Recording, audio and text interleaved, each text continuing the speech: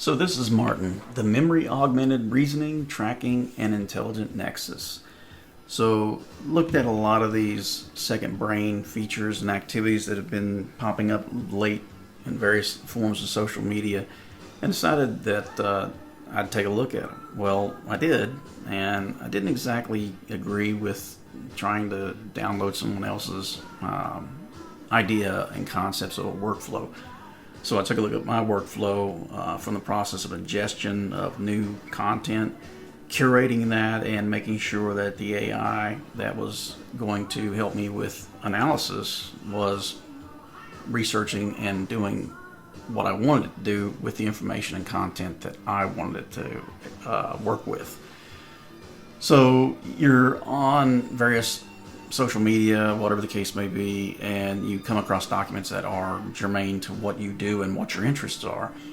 Well, in some cases they are saved by names that don't really match. Well, building the Pythons in the back end of Martin, we were able to go ahead and get the ability to access the document, identify the title, and then resave the document by the title, and then go ahead and redistribute it in the system and the knowledge base that Martin uses for synthesis.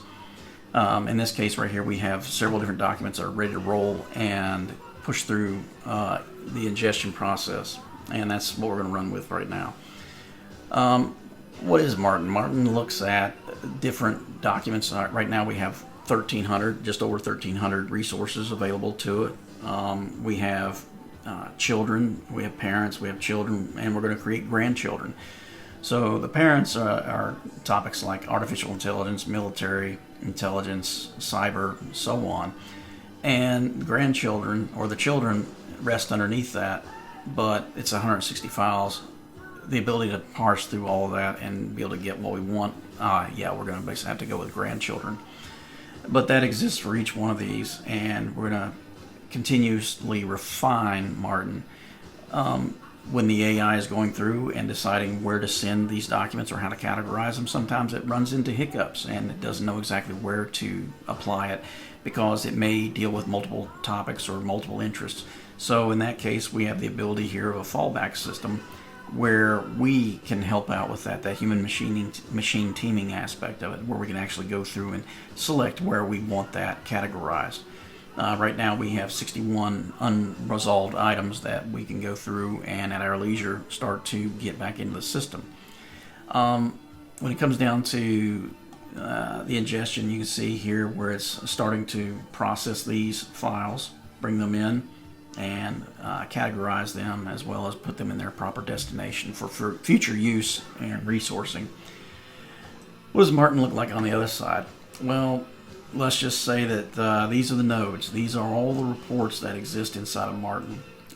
You see that some are orbs and some are diamonds. Well, what's the diamonds mean?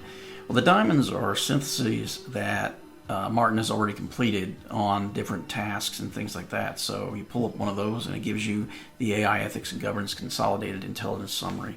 And this was a summary that Martin went through based upon a prompt and pulled up the data and created that report for us.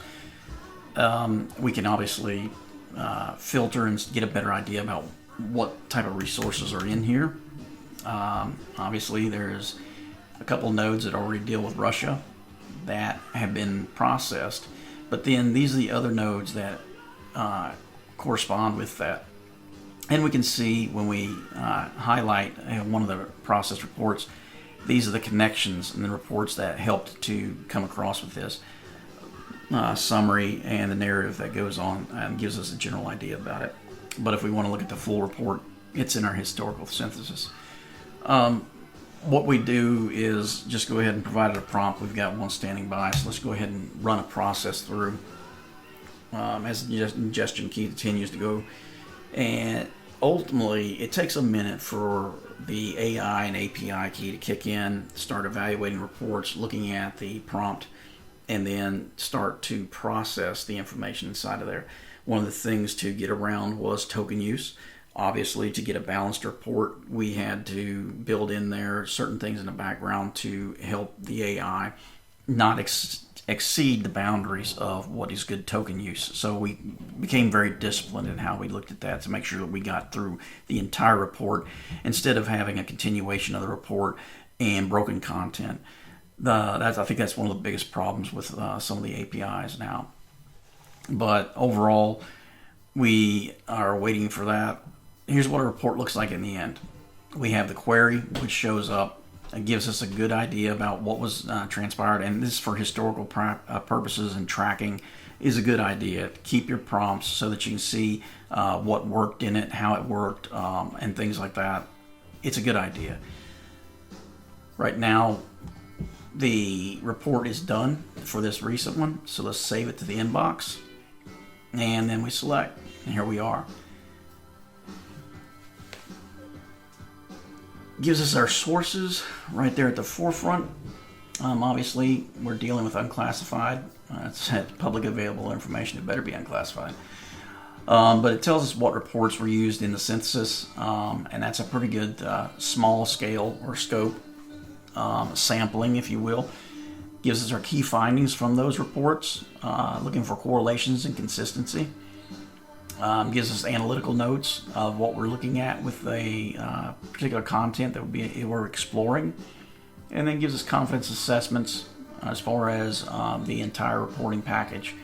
Some key entities, related events, contradicting information. That's good to know. And of course, we have our analyst notes, warning indicators. Those are great to have because for a quick reference on something, topic A, B, C, whatever you're exploring, having that in there as well as the tags is always a good thing. And if we want to, we can take that from the inbox and save that to historical synthesis. Right now we're at 15. Let's save it to historical synthesis. It's gone up to 16, so that's good. And then we can delete it from our inbox so that way we don't have to worry about it anymore. And we don't get a lot of clutter going here. We did build in a feature, safety feature, just in case we have an accident and deleted something that we don't want to. So we can cancel, we can delete. In this case, we'll delete because it's already recorded and dropped down into historical syntheses. And what we'll see is that that report will repopulate back over here into the actual graph view. So that's where we're at right now. And if we decide we wanted to basically add our own notes, obviously we've got the ability to do that. We can go ahead and add that new note, save it to the inbox, and then process it through to historical synthesis, and it will show up inside of our graph view as well as the repository that Martin can access to do future analysis. One of the things that we did build into the graph view that I thought was pretty cool is the ability to go ahead and actually look at, what types of data are in there. Let's say terrorism, and that was something we just built in this evening. But for a project that started on Friday night, just looking at different capabilities out there and how to really leverage that for how you access and process information on your own machine, your own computer. It's a pretty simple process. Granted, it takes a minute. There's a lot of fine-tuning, but at least you're designing it around you and what your workflow is. And it's not impossible to do. It is highly possible, especially when you start utilizing things like Codex as your main coding entity in VS Code, and I use Claude for those bumps in the road that you encounter, or just as an audit and a fix solution. So yes, it's very capable, and it's one of those things that's going to save us some time in the future. And especially with the ingestion process being the way it is, you find a file, save it into the needs ingestion as far as on your system, and then let it run through the Pythons in the back end. And once it basically goes through that, then you've got your data sets ready to roll, and they are working with you. Right now, we've got all of them in there. As far as this last processing session, they're all categorized. And let's just say that we want to run another one, and let's just go ahead and go with something that was processed in recently. So subversion. And let's just go with a not so formal prompt.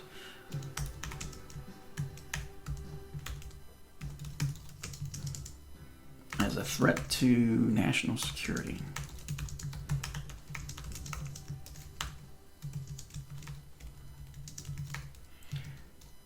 And let's see what that comes up with.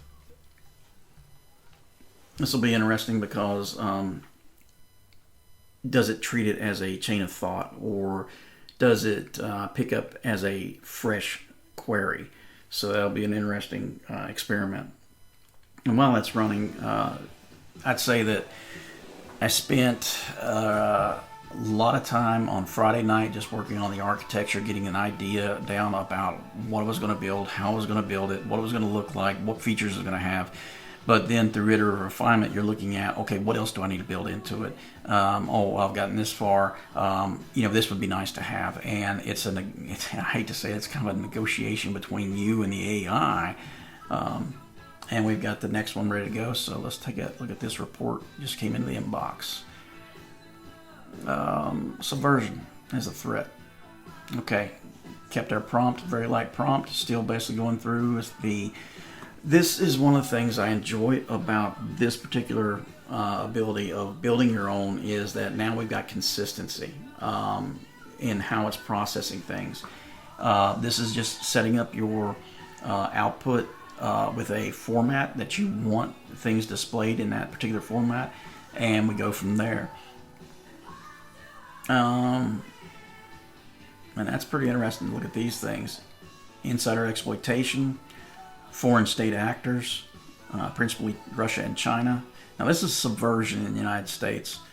AI-enabled information operations, U.S. grand strategy document, false flag human operations, and then coordination failures across the IC. But you can see that basically this is starting to really catch on with me, because a lot of these things would take you hours and hours to process and parse through the information, and now you've got the ability to leverage the AI, direct it in the right direction, give it the right resources, get beyond the noise and get straight to the signal. And now you're basically getting some pretty good reporting coming out of it. And this is something that I'm probably going to try and replicate at the office, just for the ability to have this in those niche moments where you have to have an answer. Overall, so far it's working pretty good. All right, I hope you enjoy it. Thanks.